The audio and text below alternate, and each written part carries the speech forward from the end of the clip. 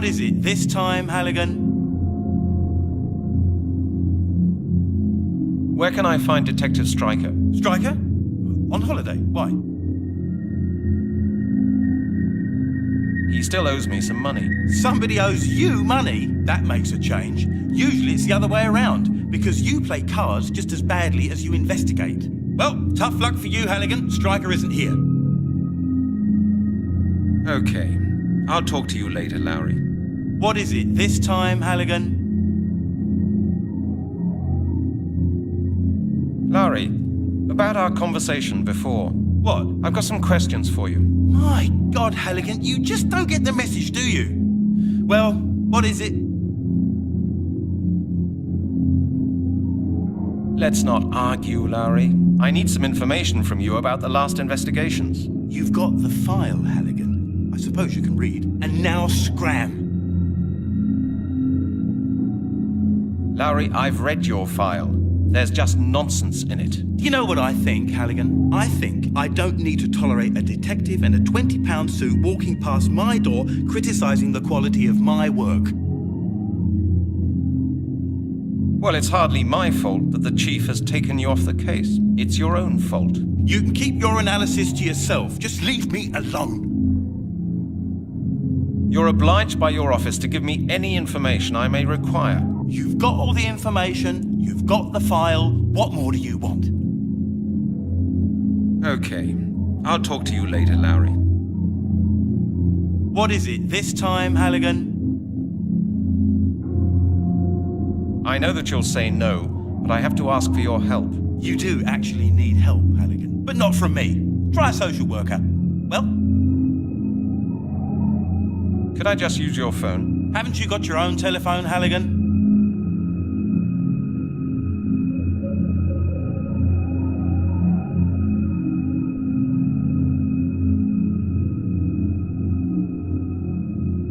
Yes, but there's something not quite right with it. No dialing tone. Is that it? Tell me, Lowry, what's your extension? 196. You know that. Yes, right. I just forgotten it. I don't phone you so very often. Yeah, and that's the way I like it, Halligan. Don't you dare start ringing me up and getting on my nerves. How do you know that? Someone in accounts has had a look at the department's telephone bills, Halligan. And you're the record holder by a very, very wide margin. Your phone will only work internally from now on. Janet told me that when we went to the cinema. Where do you keep calling to anyway? The Caribbean? I don't think that's got anything to do with you, Lowry. Oh, yes, okay, of course, sure. It's none of my business. But if you think that you can make your phone calls from here, you're dead wrong. Okay. I'll talk to you later, Lowry.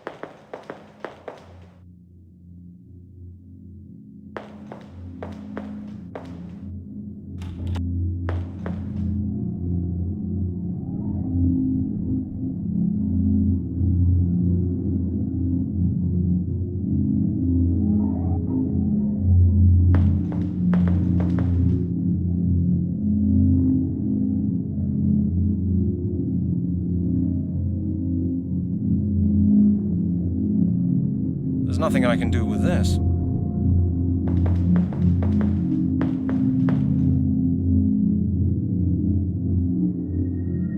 Have you seen something like this before? You mean, have I seen grass before? Are you trying to pull my leg? Have another look. Slight burning traces. Where'd you get it from? The bones were lying on this grass. Oh, maybe somebody made a fire on the grass before the bones were lying there. That's not very unusual in parks. That was no fireplace, Chris. The grass was burnt under the bones and just there. Well then, maybe the bones got hot. Can bones get that hot in the sun? Well, I don't think this is very likely in autumn. But right now, I can't say much more about that either. Okay, Chris. See you later on. Chris, I've got something for you here. Could you have a quick look at it? That's a thigh bone. Also from the place where the bones were found, I suppose. Exactly. Okay, Brent. And what do you want to know about it? What sex was the victim? Judging by the structure of the bones, I think it was male. I'll write that down in my report as well. But I'll tell you right now that you won't get it before the end of the week, Halligan.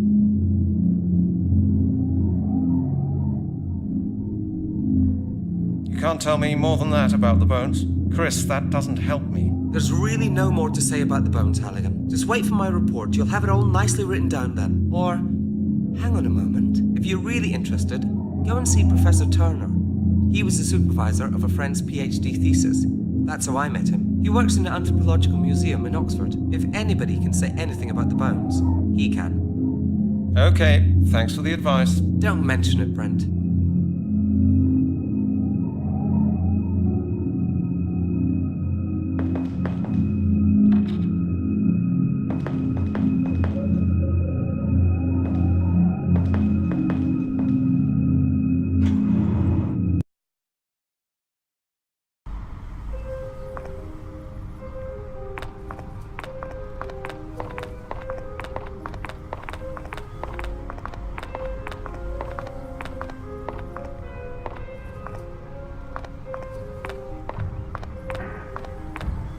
Closed due to renovation works. Great. And now?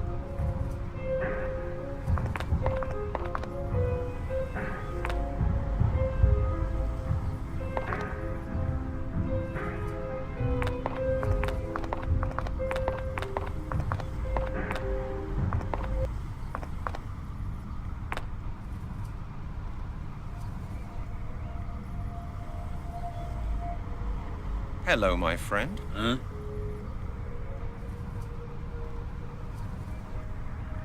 Can I help you somehow? Help? Help? Nobody can help me. Hey, don't despair. Everybody has a hard time now and then. Maybe I can do something for you. Just leave it. I've lost everything.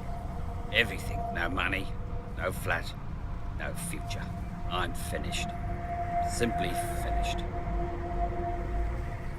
Have you seen anybody going into the museum? Yeah.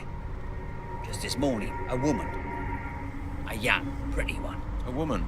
You haven't seen a man? Nah. Only a woman. She comes here every day. Now and again, she gives me a few pennies. Oh, I think she works in the museum. Oh, a woman then. So what? What's special about that? There are millions of women running about in this world. Why is the museum being closed? Well, it's been refurbished. At the moment, my business is running really badly. How much did you, make today? Well, just a poxy 60 pence. You're right. You won't get far on that. Okay, I must be off now. Well then, okay. The beggar's flask. Absolutely empty. Hello, my friend. Huh? How are you doing? What? What do you want? I just wanted to ask if you're all right. All right, of course. Everything's all right. Can't you see that? Why do you drink so much? Because I'm thirsty. Very thirsty. Do you still like the taste? Of course I like it. Dum-dum. It smells pretty strong, if I may say so. How do you manage to drink that? I drink everything, mate.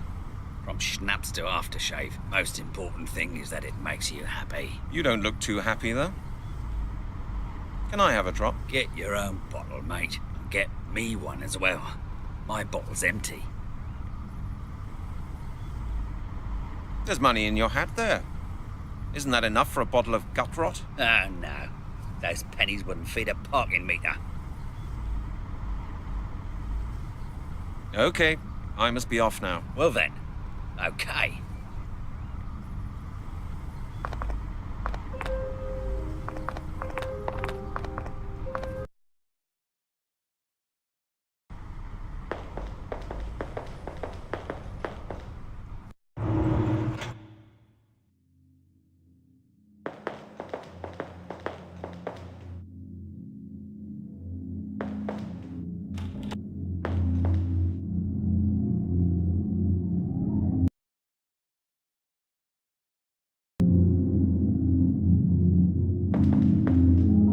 Well, Halligan, how'd you get on at the museum? What did Professor Turner say? Could he help you? The museum is closed. It's being refurbished. Oh, well, that's bad luck. Why don't you phone him? It's all right for you.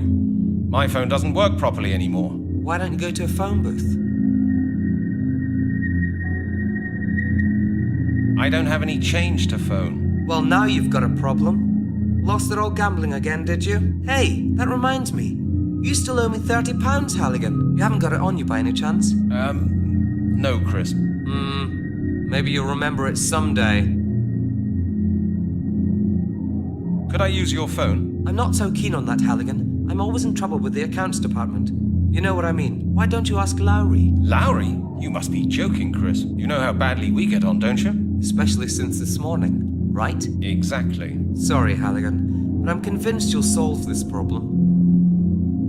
Okay, Chris. See you later on. Well, Halligan, how'd you get on at the museum? What did Professor Turner say? Could he help you?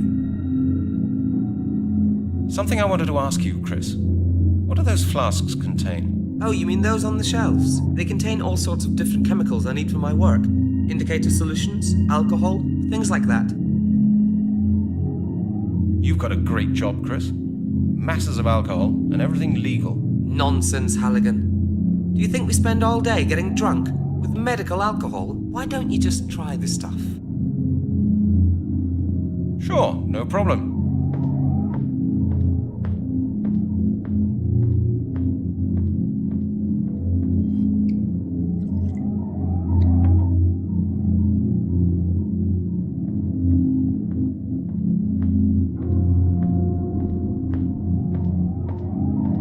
Here, Brent, to your health. What's up?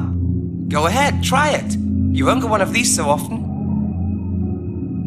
All right, here we go. Cheers.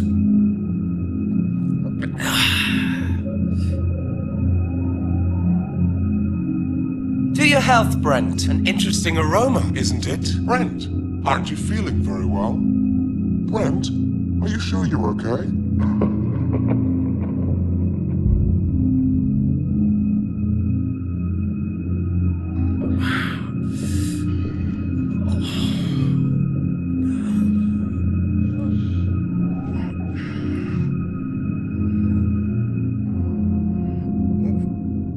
God damn it. You could knock someone out cold with this kind of stuff, Chris. Chris?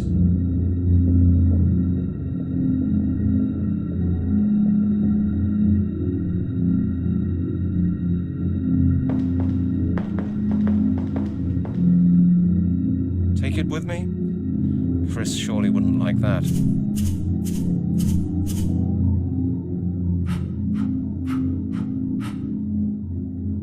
Look what we've got here.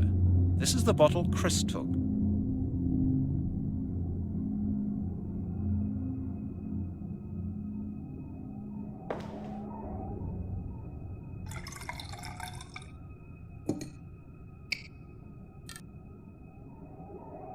A bottle of ethanol.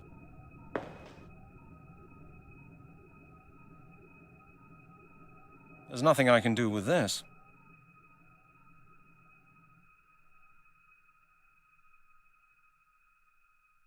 Now the flask is full, with ethanol and apple juice.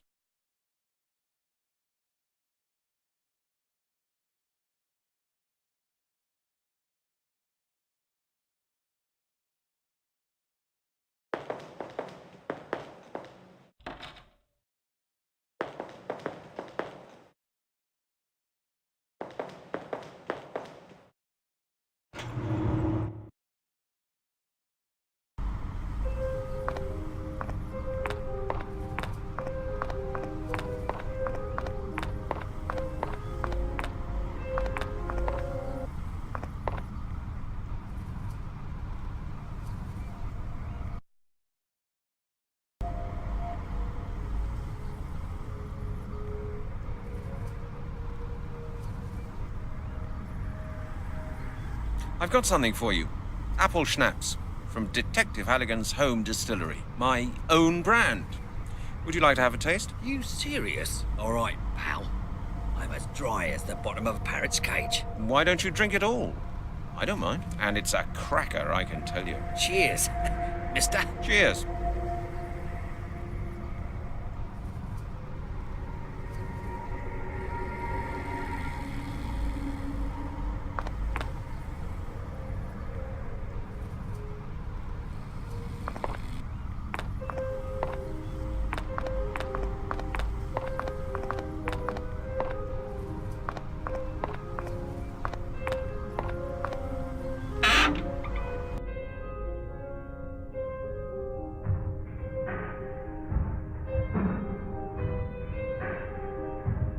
You can't get through like that.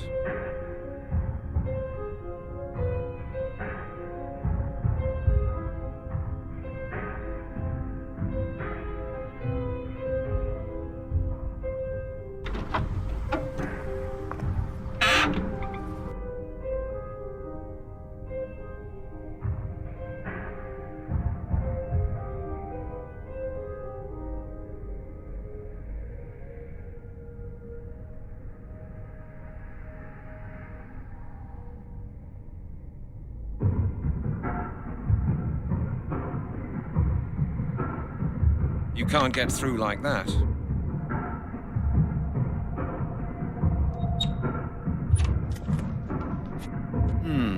Let's see if the phone number of the museum is listed in here. Museum, okay. Museum of African Studies, Museum of Ancient History. Here, Anthropological Museum. And the extension of Professor Turner? It's here. I've got it.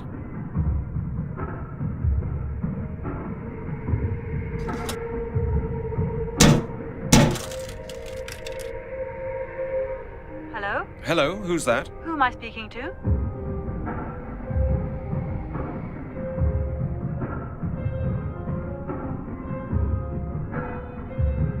This is Detective Halligan from Scotland Yard. Scotland Yard? What can I do for you? I need to speak to Professor Turner. Doesn't he work at the museum? Yes, but he's away on business. Look, miss, what was your name? Goodbye, Mr. Halligan. She's hung up.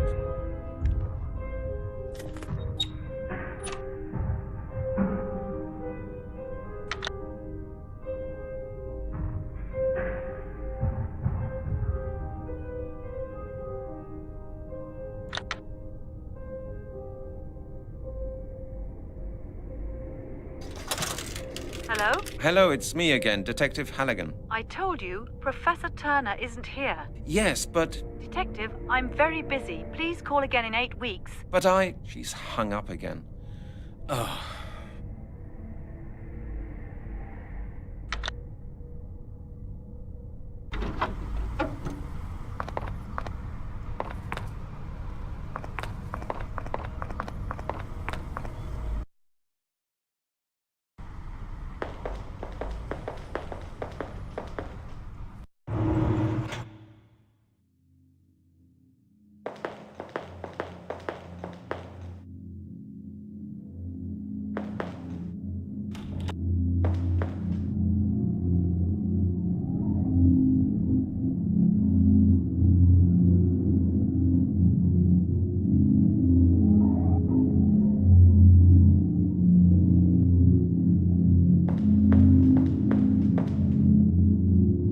Well, Brent, still got a headache? Don't ask, Chris. Have you managed to contact Professor Turner? Yeah, I phoned him, but he wasn't in. Not in? He's on an expedition. I just talked to some woman who works there. With his extension number? Yes, exactly. Well, Halligan, that was probably his daughter Melanie. She works in the museum as well. My friend told me a lot about her. He used to be really keen on her. So, Professor Turner has a daughter. Thanks, Chris. I think that'll help me.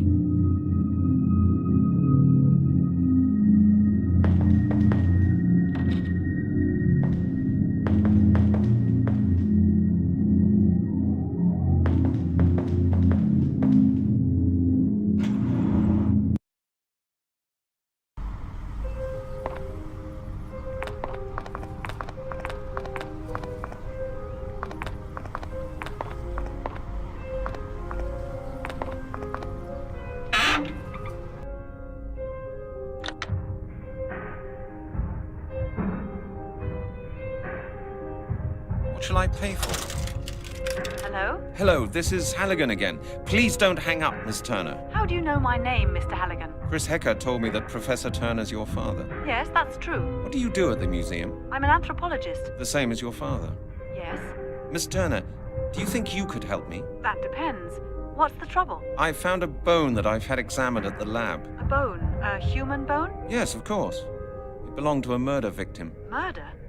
How awful. The bone is from the body of one of the victims of the skeleton murders. I take it you've read about them? Oh, good heavens, yes. What can I do for you? Couldn't we discuss that inside? Certainly. Come on over. I'll let you in.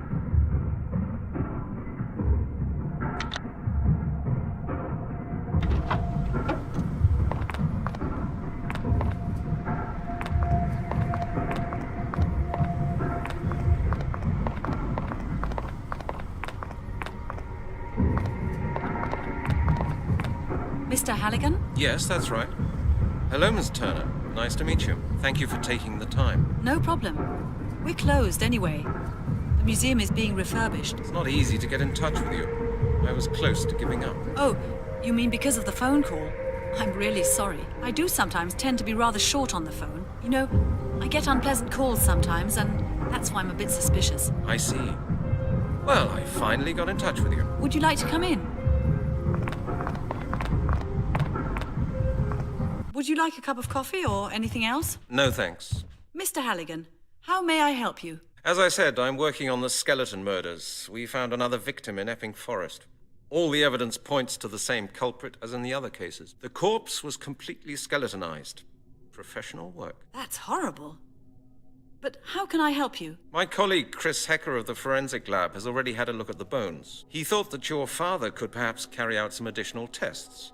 He is a renowned expert, after all. Yes, he could do that. But as I said, my father isn't here. I know, but it is very urgent. Perhaps you could have a look? You say you've got some of the bones with you? Yes, just one. Here. This is a femur. Yes, that's what Chris Hecker said as well. It will take some time, Mr. Halligan. Could you wait a moment? I would like to ask you some questions about your work, just out of interest. What are all these strange things here in your lab? They're things my father and I have brought back from various expeditions. They have to be catalogued, will then become part of the permanent exhibition of our museum. Some things are personal presents. We keep those, of course. You see quite a lot of the world, don't you? Yes, that's part of my job. What's your father's current research project? He's in Kenya studying initiation rituals. What? The rituals carried out when the childhoods of boys and girls end and they're admitted to the circle of adults. How long have you been working here? Several years. My father helped me to get the job here at the museum. Connections are indispensable nowadays, aren't they? I was the most qualified applicant, but it's not easy to gain acceptance with the old boys of the museum's board when you're a woman. You have to be at least twice as good as the best male applicant. And you were? Of course I was. It's been decided that I'll be the head of the museum as soon as my father retires. When will that be? In 5 years? Then you will have achieved a lot for someone your age. How old do you think I am? I'd say 29. Exactly. What's your research field? I specialize in sacrificial rites. Sacrificial rites? That's an unusual research field for a young woman. Do you think so? I don't think you should divide preferred science fields for men or women, Mr. Halligan. No, I didn't mean it like that. I just think that you must have to do with death all the time if you research sacrifices. Death is part of our existence, Mr. Halligan. In all cultures, all around the world. You're telling me. If you take it like that, we are almost like colleagues. Maybe. But it's not my job to put people in jail. I document the sacrificial rites of different cultures in order to help create a better mutual understanding. What is there to be understood about murder? I'm not saying that I approve of everything I research, Mr. Halligan, but in foreign cultures, not all sacrificial rites are regarded as murder. Most cultures sacrifice animals or plants, and they do so for religious reasons. Human sacrifices don't exist anywhere in the world at present. They're a thing of the past. That was very interesting. Thank you, Miss Turner. Not at all. I like talking about it. I'm often alone here with my work. It feels good to be able to chat. But now I'll have a look at that bone you brought. Good.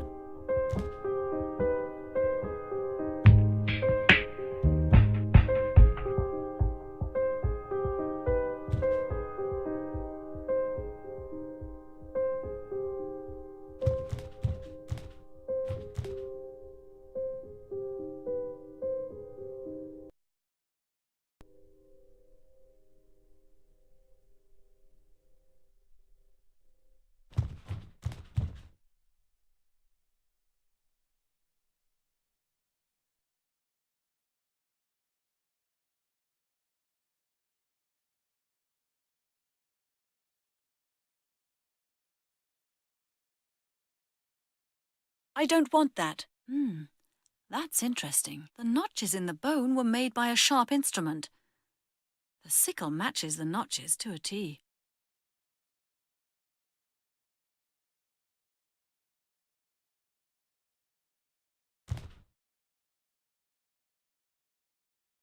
I'll never get the bone under there.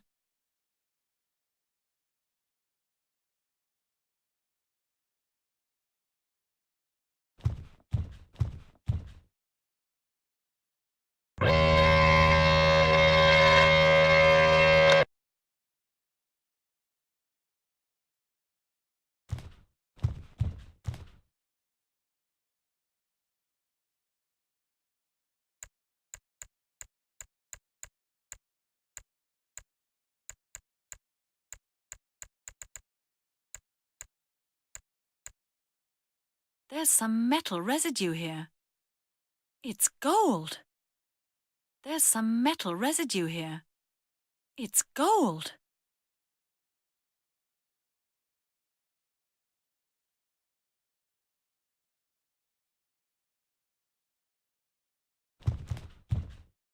Hey, didn't this edition mention something in connection with sacrificial rites in Britain?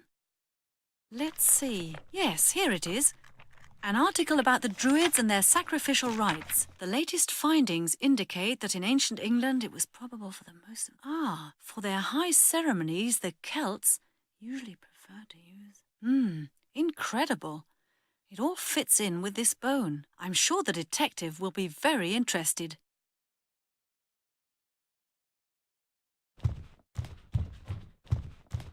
Mr. Halligan? I believe I've found something interesting about your bone. Go ahead. In my opinion, this bone was worked on. With a sickle? Yes, and probably with a sickle made of gold. What makes you think that? The bone bears notches matching the cutting form of a sickle to a T, and I found a trace of gold in one of the notches. A golden sickle? Who would use a weapon like that in order to cut a human being to pieces? That's what I asked myself as well. I found an interesting article which could help us. According to the historian Arthur Blake, the Britannic Druids carried out very bloody sacrificial rites. He found out that such rites took place at major celebrations of the Celts. He assumes that consecrated golden sickles were used for those rites. And how does he know about these things? He learned about it from old inscriptions he's translating at the moment. Interesting, huh? Celts? Druids? Quite some time has passed since then, hasn't it? Of course, but the descriptions in the article absolutely match the findings on your bone, Mr. Halligan. I'm sure the author of the article can help you. What do you think? Could this Blake be right? I don't know.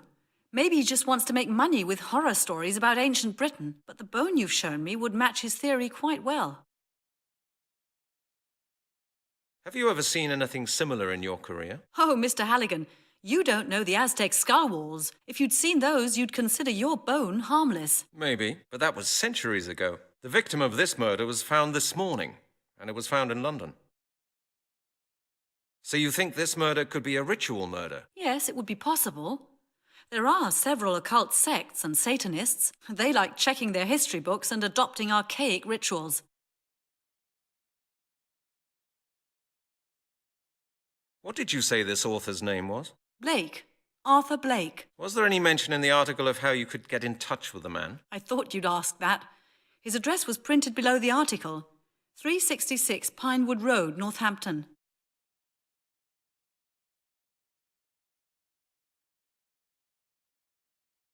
I'm going there now. Mr. Halligan, I'm interested in this, particularly because of my job. I'd like to help you with your case. Would you take me with you? Impossible. It's confidential police work. I have to see him on my own. I'm sorry. I'm sure my knowledge would be to your advantage, Mr. Halligan, and I think it would be really interesting to work on a case like that. Oh, when I think about it, perhaps that's not a bad idea at all. Perhaps there will be more examinations to be done. Okay, Miss Turner, let's do it like this. I'll keep you informed on the case. If I hear anything new or if I need your help, I'll contact you. What do you think? All right. I'll see you later then. Yeah, see you later. And thank you, Miss Turner.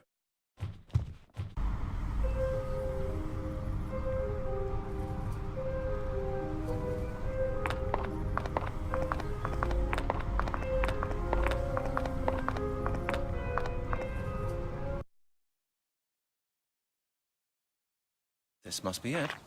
Pretty out of the way.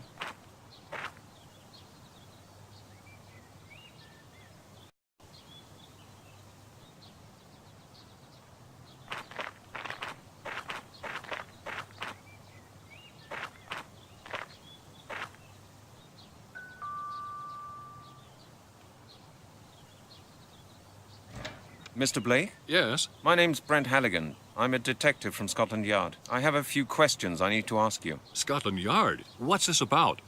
Is something wrong? I'd rather we discuss this in private. Do you mind if I come in? I'm not sure. What's happened? Is there a problem with one of my publications? No, sir. I'm investigating a murder case. Perhaps you could help me? It really won't take very long. Murder? How awful. But what's it got to do with me? Mr. Blake, I'd really prefer it if we could go somewhere a little more private. May I come in? Well, yes, certainly. Come on in.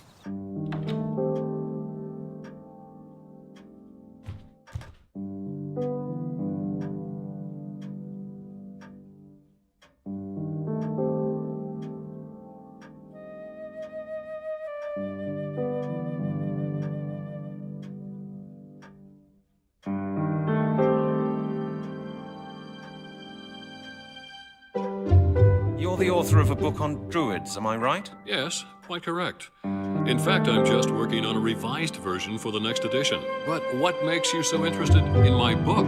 I'm currently investigating a series of murders in London. I've made some interesting discoveries that I'd like to discuss with you. What series of murders are we talking about? The skeleton murders. You may have read about them in the papers. Oh, yes. Of course. Terrible business. Mr. Blake, I believe there may be some sort of ritual behind these murders. Well, what makes you think that? Dr. Turner from the Anthropological Museum in Oxford examined one of the last victim's bones for me. She found residual traces of gold on it and round notches. Round notches, you say? Yes. Does that mean anything to you? Doesn't your book on Druids mention ritual killings for which a golden sickle was used? True. Are you saying these murders are based on the same ritual? That's what I've come to ask you. But that's impossible. It can't be true. It's... my God.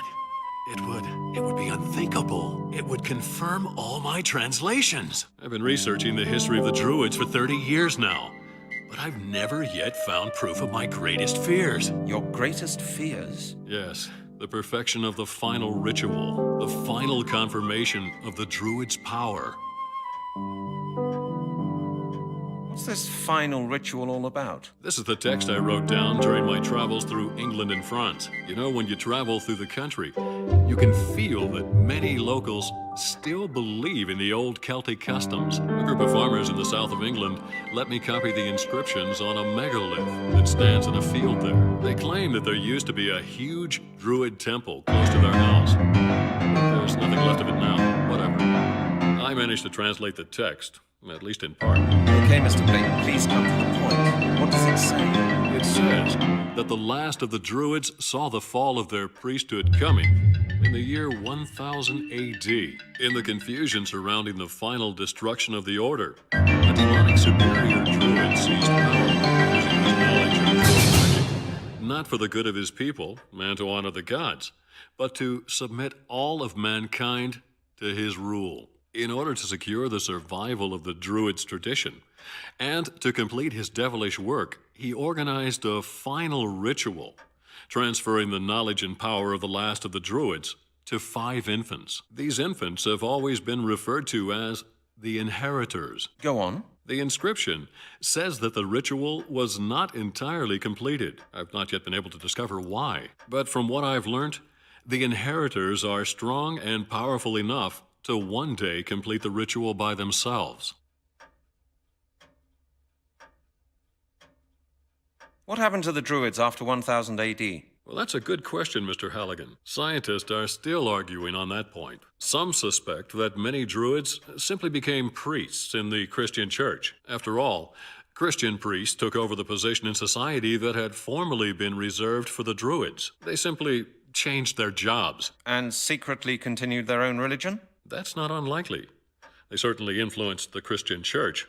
That we do know. Some experts believe that the Druids' order never ceased to exist. That's where the myth surrounding the final ritual comes in.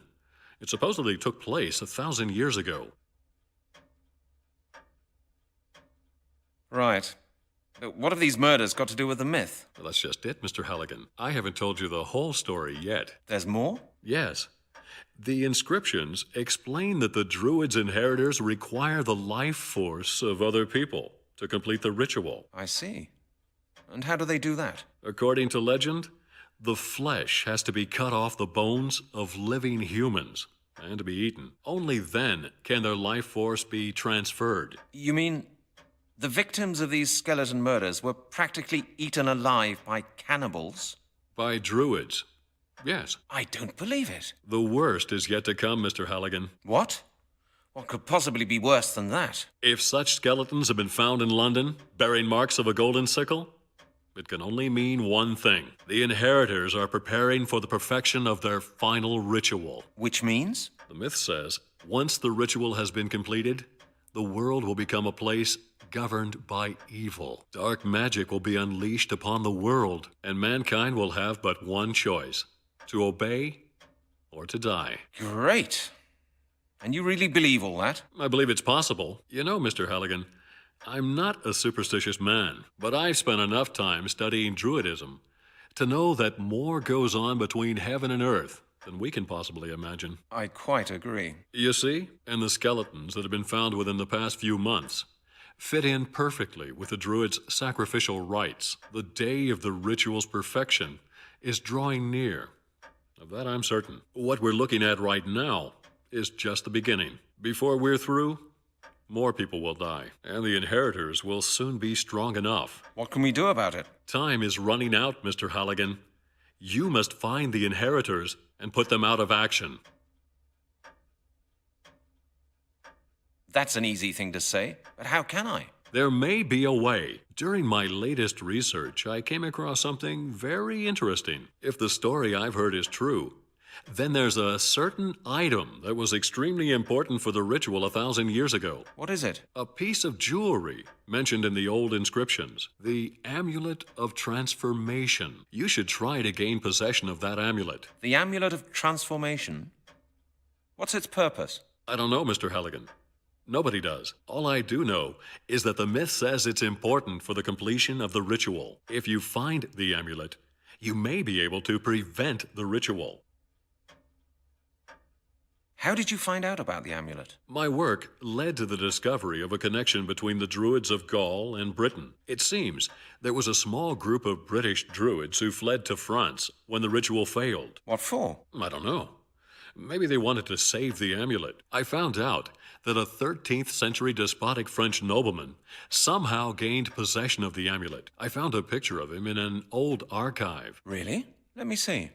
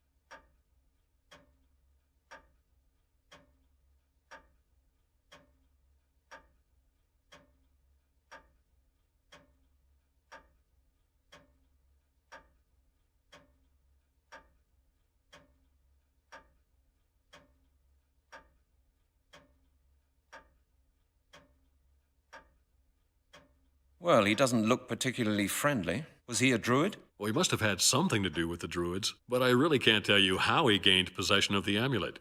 However, he is the only clue that I can possibly give you as to the whereabouts of the amulet. I suggest that you make your way to Carmore. With any luck, you may find more clues leading to the amulet there.